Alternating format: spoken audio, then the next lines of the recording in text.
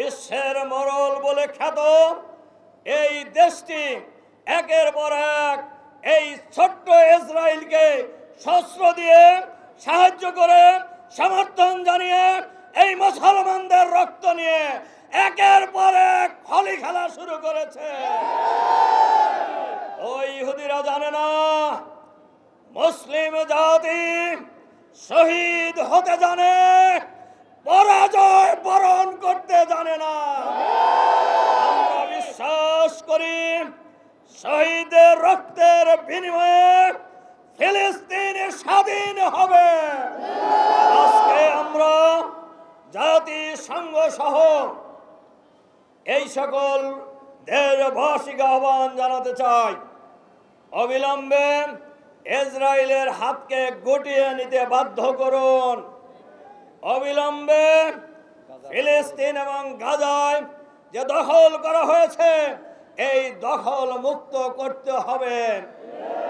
500 অধিক এই ত্রাণবাহী জাহাজের কর্মীদেরকে অবিলম্বে মুক্তি দিতে হবে, নইলে বাংলাদেশ সহ আপনারা লক্ষ্য করেছেন আজকে বাংলাদেশ সরকারের পক্ষ থেকেও ইসরায়েলের এই গণহত্যার নিন্দা জানানো হয়েছে, তাদেরকে মুক্তি দেওয়ার দাবি জানানো হয়েছে।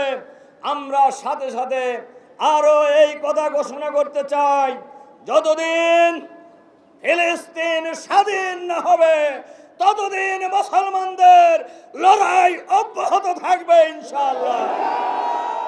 ইসরায়েলি হায়নারা সেই সমুদ্রের নিয়ম লঙ্ঘন করে ত্রাণবাহী জাহাজকে আটক করেছে, অনেক মানবাধিকার কর্মীকে আটক করেছে। এটার আমরা তীব্র নিন্দা জ্ঞাপন করছি। সংগ্রামী জনতা, জাতিসংঘের আদালত ইসরায়েলের প্রধানমন্ত্রী নেতানিয়াহুকে যুদ্ধ অপরাধী ঘোষণা করেছে। আমরা জানতে চাই যুদ্ধাপরাধী হলে সে বিভিন্ন দেশে কিভাবে সফর করতে পারে। আসুন আজকে মিছিলের মাধ্যমে আমরা জানিয়ে দিতে চাই যে ফিলিস্তিনিদের সাথে আমরা আছি। আরেকটি কথা বলতে চাই, জাতিসংঘের 147টি দেশ ফিলিস্তিনকে একটি স্বাধীন দেশ হিসাবে স্বীকৃতি দিয়েছে, অথচ ইসরায়েল এটাকে কর্ণপাত না করে বৃদ্ধাঙ্গুলি প্রদর্শন করছে। আমরা মনে করি ফিলিস্তিন একটি স্বাধীন দেশ। ফিলিস্তিন এবং গাজা মুসলমানদের ঈমান এবং বিশ্বাস, সংস্কৃতির এবং মূল্যবোধের অংশ।